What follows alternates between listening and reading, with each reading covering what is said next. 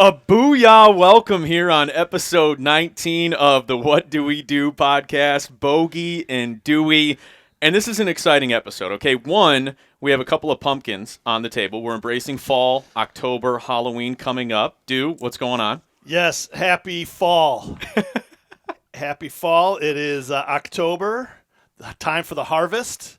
Some of the ghosts, goblins. But before we get to Halloween, let's take a look at the decorative pumpkins we have here at Great Lakes Wealth Headquarters. We just keep adding to this little makeshift set that we have in the conference room here at Great Lakes Wealth. By the way, we appreciate you guys downloading, subscribing, sharing, rating, everything. It's been a wild ride. We're almost to 20 episodes now of WDD, as we like to call it. And yes, we're just getting started. Bingo. All right. And as always, if you have some some questions or you want to find out some more information, you can always go to greatlakeswealth.us. A lot to get to on this episode. We actually are going to be joined by the third party of this little podcast that we have. Mike Sullivan is going to be coming on. And actually a really interesting story on Yahoo Finance about Tua Tagovailoa.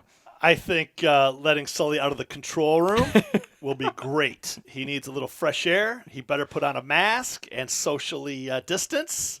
But it's going to be a great second half of this episode, absolutely. We're looking forward to that. Well, we might as well start with kind of going back because, quarter three or Q3, if you like to call it that, kind of a wild ride. Ebbs and flows, I think a little bit different than, most years just because of everything that's going on in the world. But to do basically a rundown of Q3 with earnings on their way out, let's just start there, I guess. What did Q3 overall look like in your financial world?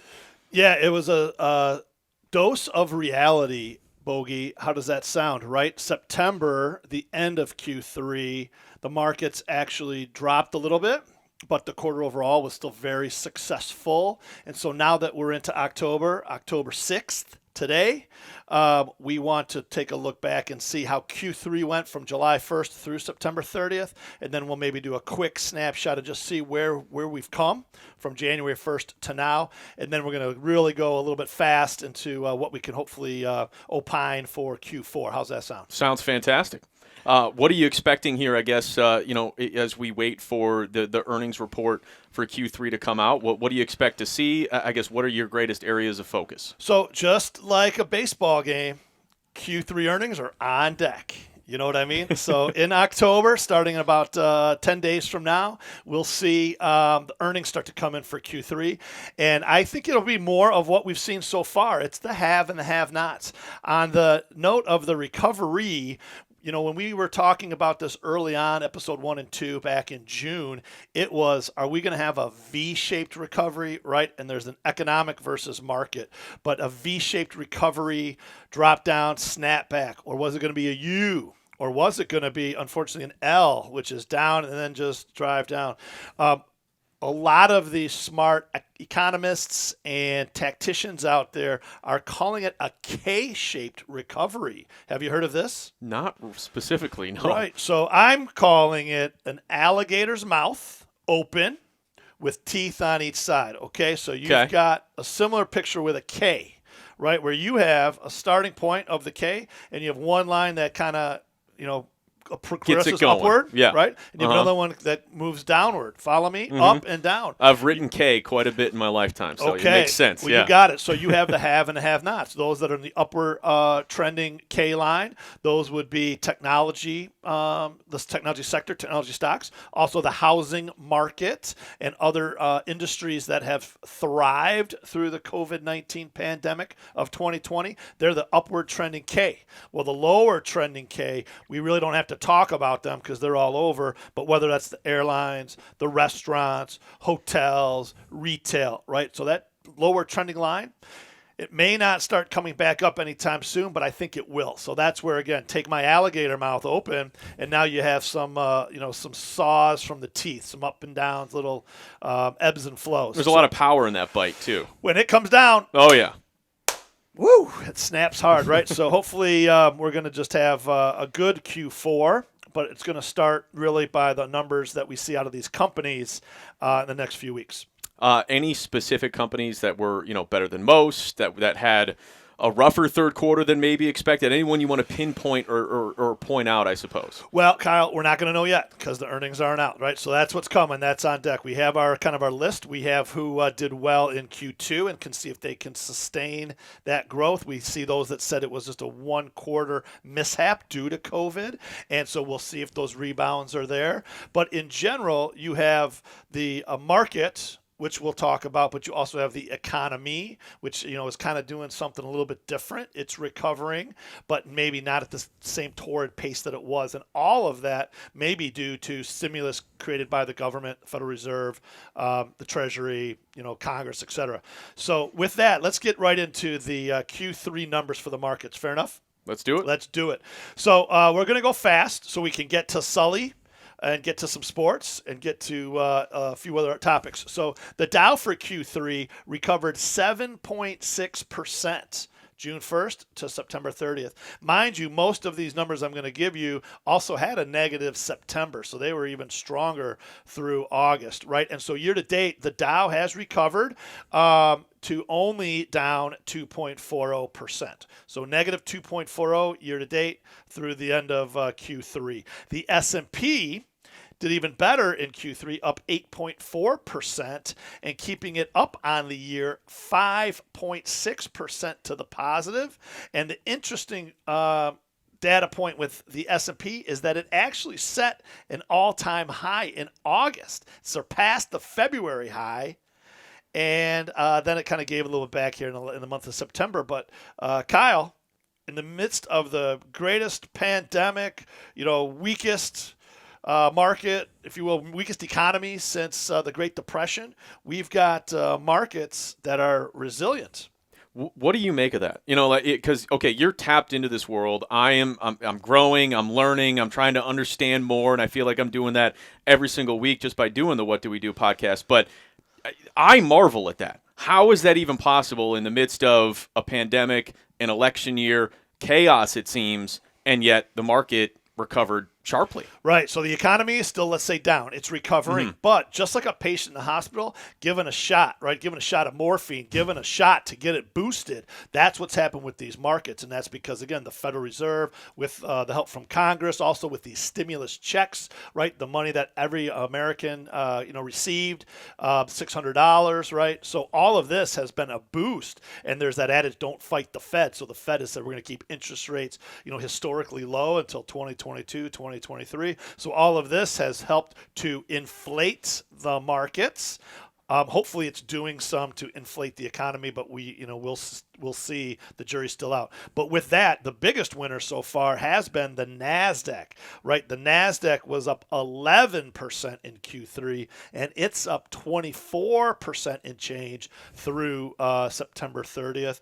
So now all of a sudden, you've got a Dow that's down a little bit, an S&P that's up a little bit, and a Nasdaq that's just ripping the cover off of the ball, and maybe is overvalued, but not if there's a stay-at-home economy again this winter, right? If the COVID numbers continue to trend the way they have been lately, then the Nasdaq and the tech stocks in there may continue to push these markets and push that Nasdaq even higher still. Make sense? Yeah, absolutely. So I guess you mentioned it right there. We have certainly seen, at the highest of levels, some spikes in COVID-19, or at least high profile appearances, and that was the President of the United States and the First Lady ended up contracting the virus. Several within the White House who attended, recent events ultimately have tested positive as well. Only a couple of days, because I believe the news came out overnight Thursday. So, the market was there on Friday. Of course, you had the market on Monday. But in that short period of time, just 2 business days, did you see anything unusual? Did you see the market kind of be affected by that? Well, the market dropped a little bit on Friday because of the word that had happened. On Monday, the market rebounded somewhat sharply. The president announced he would be going home from the hospital, right? The Walter Reed Medical Center. But more importantly, some of the stocks. He was given some Regeneron, one of the phase 3 trial candidates, if you will. And so that stock and a few other biotech stocks ripped higher on Monday, again, because of the opportunity that there may be a vaccine coming for sure. But if they're treating the President of the United States, the POTUS, have you heard of this guy? If they're treating him with that, then perhaps that's maybe the front runner, et cetera, et cetera, et cetera. So with that, Kyle, I'm going to give you some more data. Right now, globally, there are 213 COVID-19 vaccines in development, with 35 currently in clinical trials. There's a lot of ammunition, a lot of resources putting behind to find this. Does that make sense? Yeah. Absolutely. And with that, the U.S. government has spent $4 billion. That's $4 billion with a B, to help facilitate us finding that vaccine. With that, the numbers are that the U.S. has passed 200,000 deaths. There's been 7 million cases. And worldwide, death totals are over 1 million, and cases have eclipsed 34 million. And this is according to Johns Hopkins University of Medicine. So, again, a lot to talk about there as well.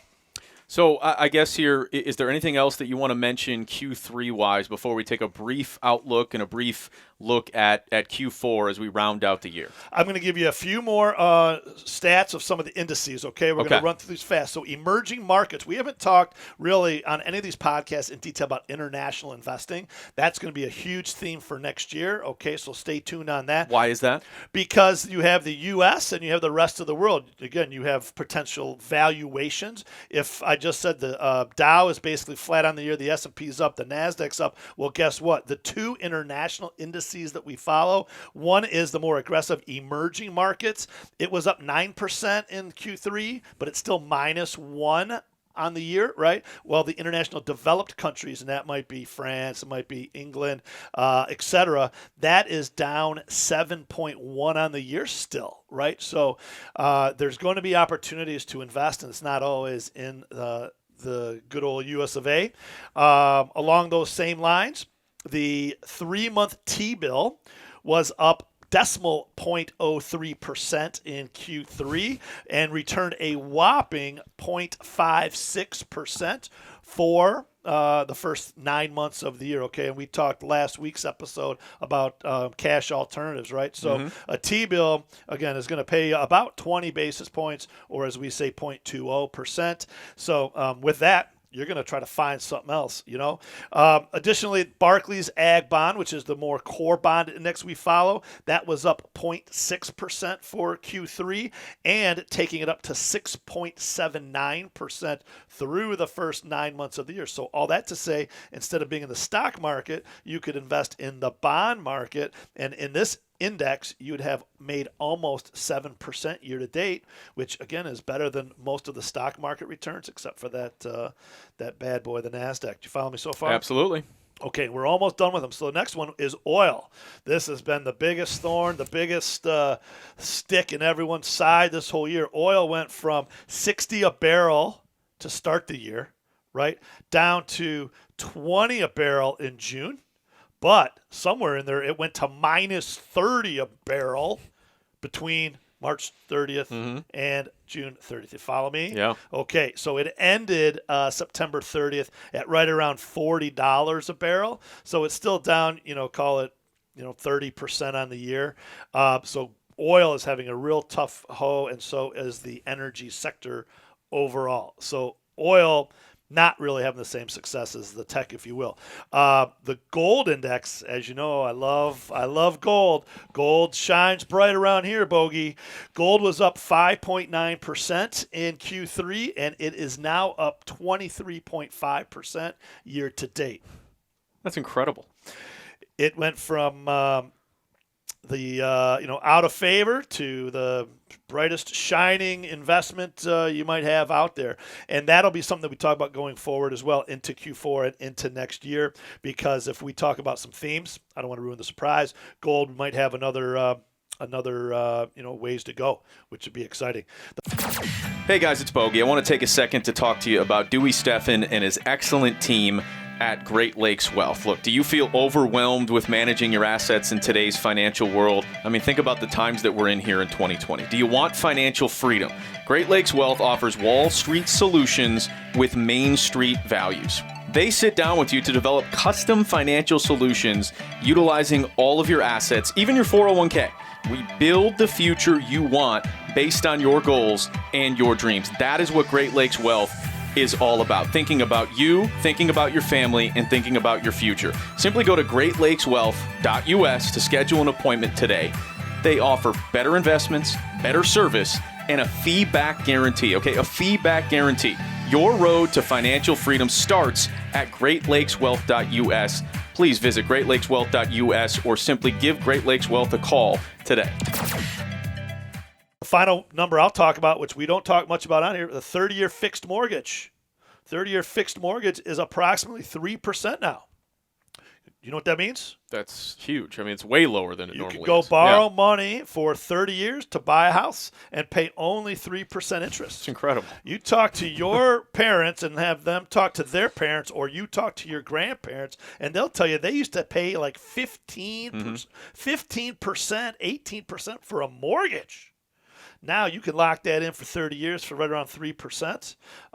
We call that good debt around here, Bogey. No, there's no doubt about that. And I guess before we do move on, taking a peek ahead, a quick peek at Q4, we've already talked about the election. We've talked about a potential vaccine and what that could ultimately mean if they were able to get one and one that works by the end of the year. That would obviously have a significant impact on Q4. But outside of that, anything that you're monitoring, anything that you expect to see, is there still going to be this ultimate, kind of volatility here as we head into Q4, just because there's so much uncertainty? Uncertainty. Wall Street hates uncertainty, Kyle.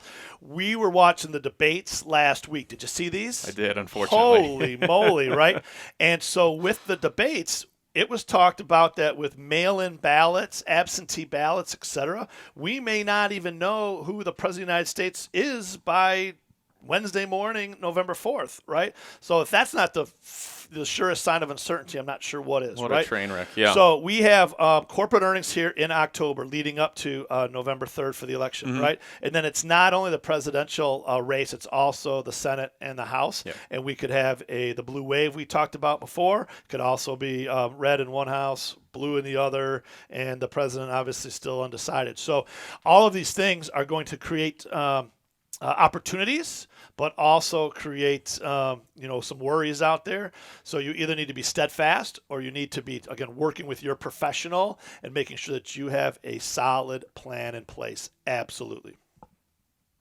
All right. You ready? Yep. Let's do it. That was it? Yeah. That was like 20 minutes. Wow. Look at that. I printed all this stuff. We have to go back to it, Rachel. Holy shit. Okay.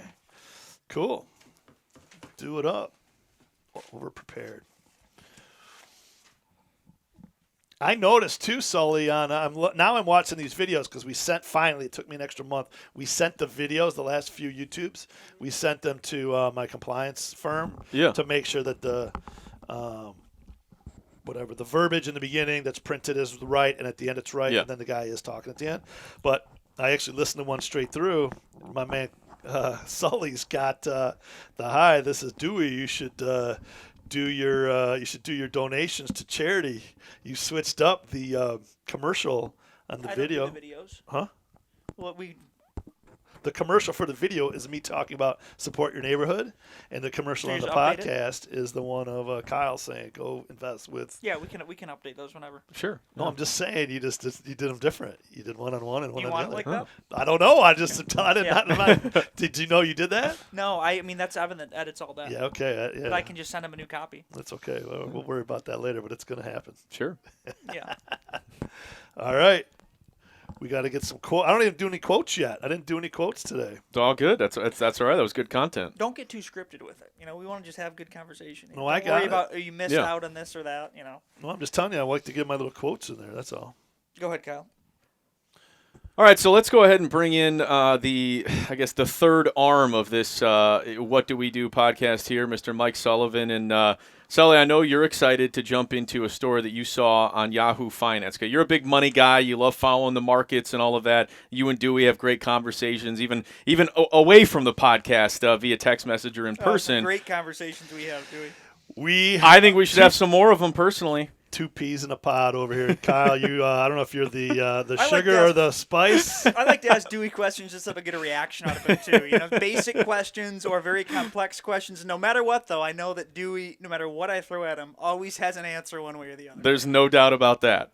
So did you want to get to the story that you saw? Absolutely. And this is actually something that's kind of been a trend, I think, over the last several years, because athletes' salaries have just skyrocketed, and they make so much money now off the court, off the ice, off the field, whatever it is.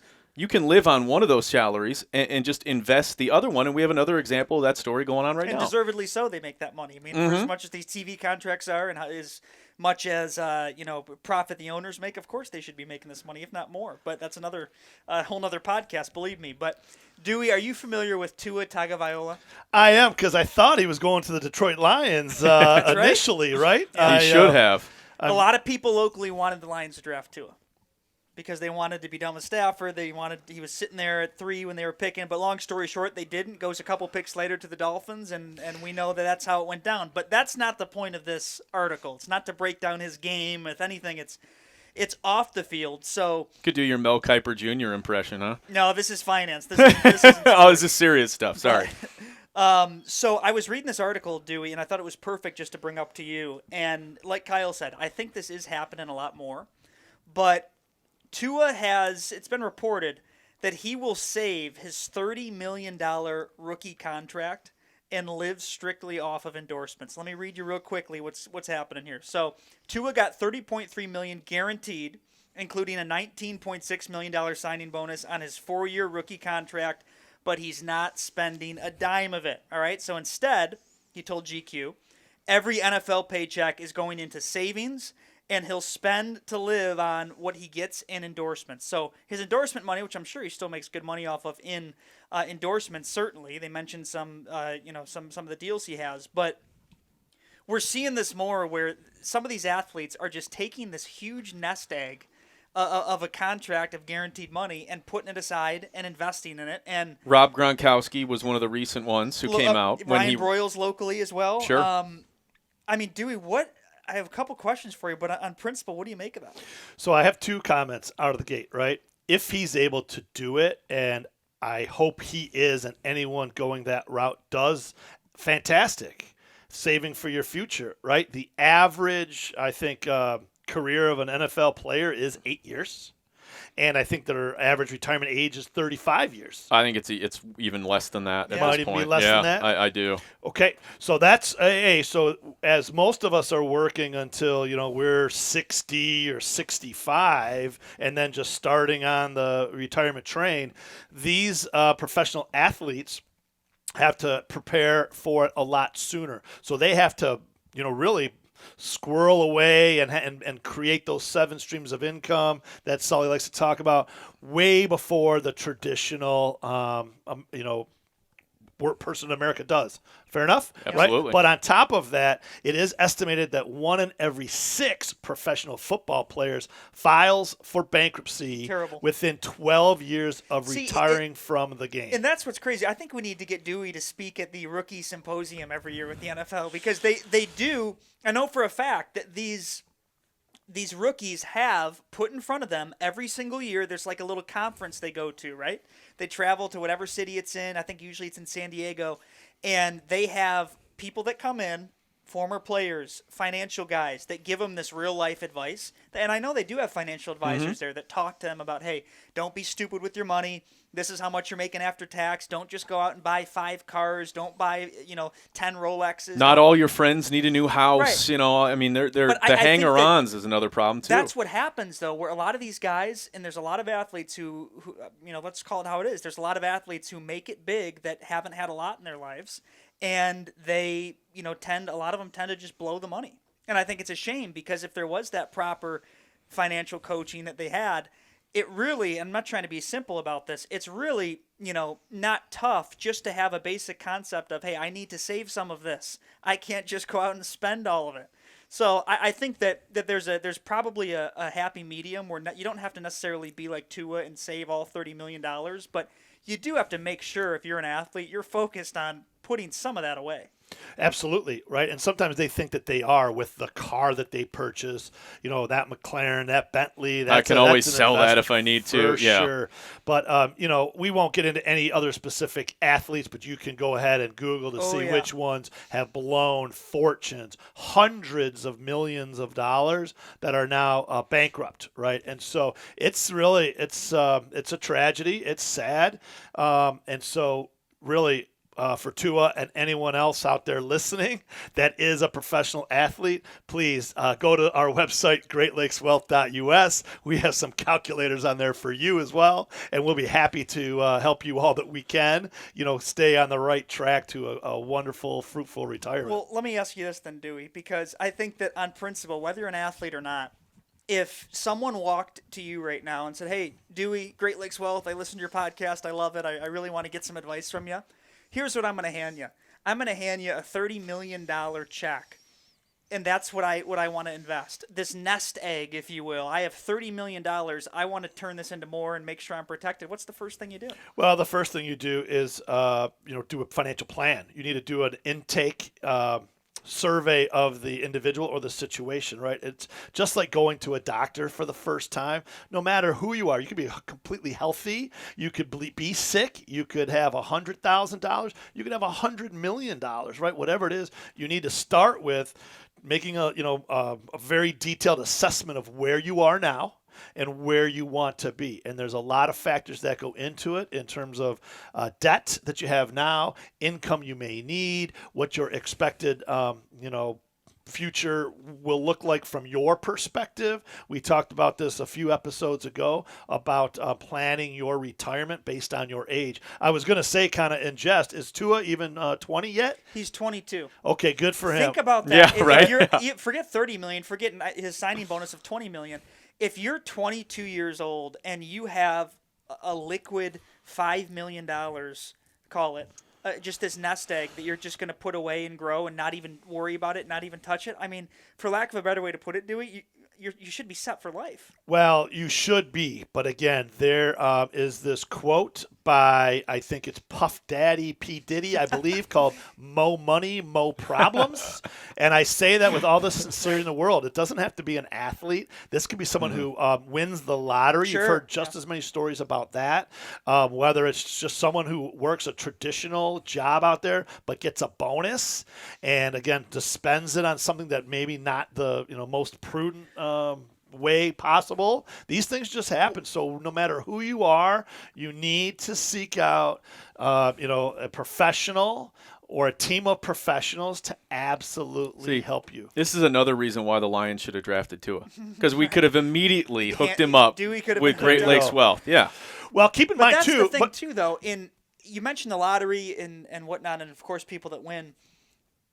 If you have this lump sum type amount, right? This lump sum type payment, whether it's a bonus, whether it's a like someone like Tua, it's got to be different. Where some people might, hey, I'm going to invest this much per year or this much per month. But from your perspective as a financial advisor, is that different if it's a true lump sum type? Hey, here's the money on the table, as opposed to, hey, I'm going to commit to, instead of this, I'll do $100,000 a year. Oh, sure. We talked about that in that prior episode about income versus growth investing, right? So it is just taking the money and dividing it into piles known as needs, wants, and wishes. So you first need to figure out what it is you need to live on. And so, again, when anyone retires, it could be your parents. When everyone retires, you have a lump sum. Like, you have it, right? And there's maybe no more coming in because you're going to start pulling out from it. So, again, it doesn't matter if it's a 22-year-old that just signed a huge contract with the NFL to a 65-year-old, middle-class, American, hard-working, man or woman.